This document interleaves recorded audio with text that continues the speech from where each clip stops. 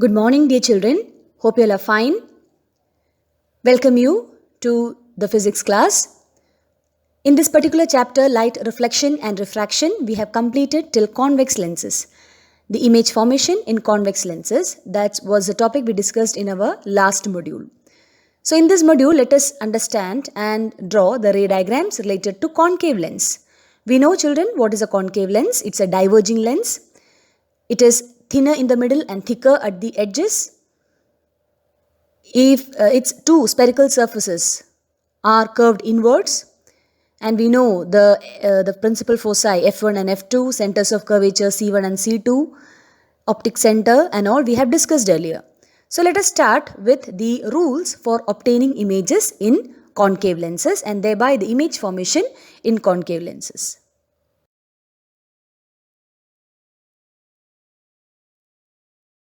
Rule 1. A ray of light parallel to the principal axis appears to diverge from the principal focus located on the same side of lens, or appears to be coming from the principal focus located on the same side of the lens. Rule 2. A ray of light appearing to meet at the principal focus of a concave lens after refraction will emerge parallel to the principal axis. And rule 3. A ray of light that enters or passes through the optical center will emerge without any deviation.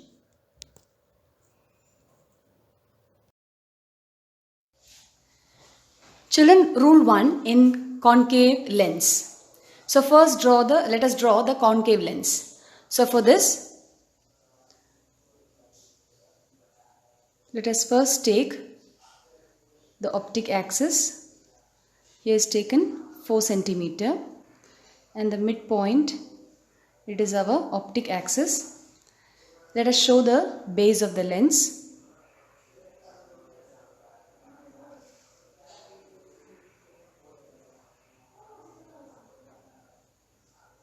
And using a protractor, let us show the curved surface.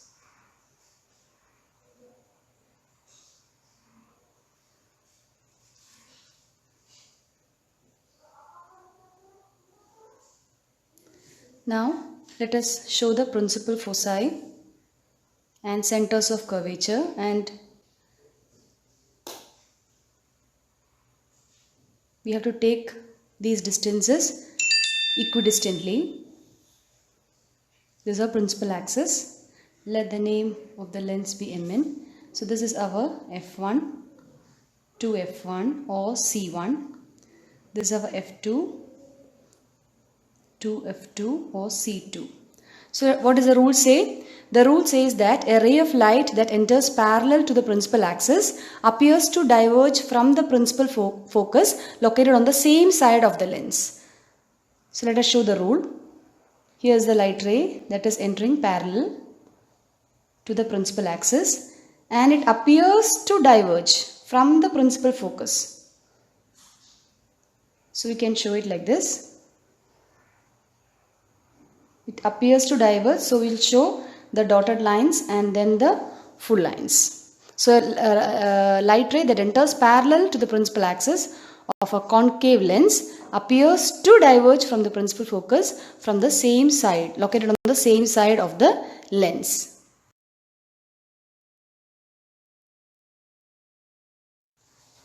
Rule 2. A ray of light appearing to enter through the principal focus will emerge parallel to the principal axis after refraction from the concave lens. So let us show the rule. So we have to show a light ray that is appearing to enter. So we'll show it like this. Till here we show full lines.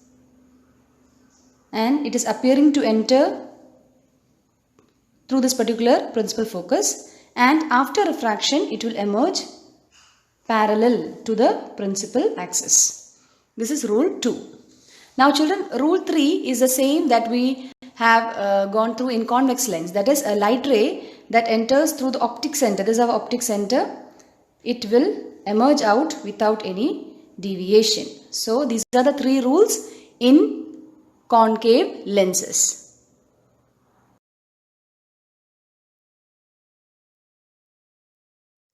Now let us start with the image formation in concave lenses. Children, in concave lenses, mainly two image formations we have to understand. When the object is kept at infinity and when the object is kept between infinity and optical center O. So let us understand what will be the position of the image, nature of the image and size of the image when we keep the objects at these two positions in front of the lens.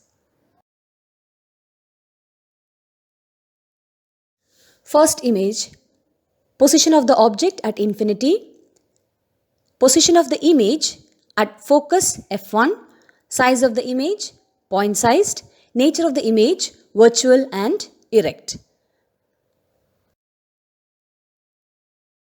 The first ray diagram in concave lens, the position of the object at infinity. So here the object is kept very far from the lens. So the light rays coming from the object are parallel. So let us draw some incident ray. Let be our incident ray.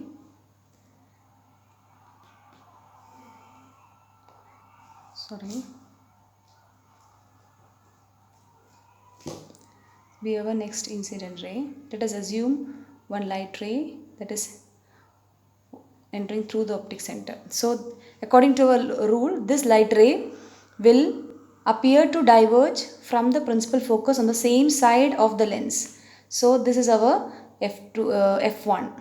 So here this is our dotted lines and then we'll represent it with the full lines. This is our first refracted ray. And similarly here this particular light ray will appear to diverge from the focus lying on the same side, and here is our refracted ray. So we can see, and this particular light ray, it goes off without any deviation. So where is the image formed? The image is formed at f1.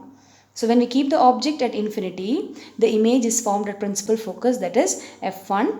And here the image is virtual and erect because actual intersection has not happened. We have produced the ray according to the rule, and so this is an virtual and erect image and the image is formed at f1. Second image formation in concave lens, position of the object between infinity and optic center O. So the position of the image will be between f1 and optic center O. The size of the image diminished and the nature of the image will be virtual and erect. The second ray diagram in concave lens, the position of the object between infinity and O. So here we have kept the object between infinity and that is the optic center. So let us show the image formation. The first light ray comes parallel to the principal axis and it appears to diverge from the principal focus that lies on the same side of the lens. So this is our refracted ray. So here we show dotted lines, then full lines. Then the next rule, let us use the second light ray. It enters through the optic center and goes out without any deviation. So this is our optic center. So show two arrow marks. So here we find that the image is formed at this particular point. So here we get a small image and this is a virtual and erect image, a diminished image. And this image, where is it formed? It is formed between f1 and O.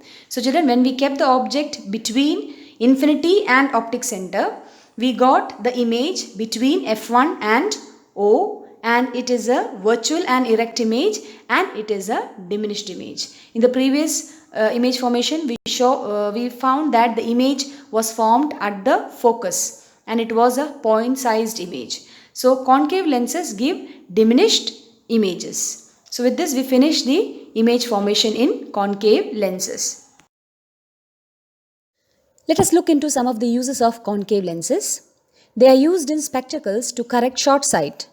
Short sight or myopia, it's a defect in which the person cannot see the objects at far away distances. So due to the diverging action of concave lens, the person is able to see the objects kept at far away distances. They are used in wide-angle spy hole indoors. They are used as islands in Galilean telescopes, and they are used in combination with convex lenses to make high-quality lens systems. So let us have a quick summary of the image formation in concave lens. So when we kept the object at infinity, the position of the image was at focus f1. The image was highly diminished or point-sized or extremely small. The image nature was virtual and erect. When the object position was between infinity and optic center, the image was formed between O, that is optic center, and f1, and size of the image was diminished and the nature of the image was virtual and erect. So children, with this we confirm that concave lenses produce virtual and erect images, diminished images.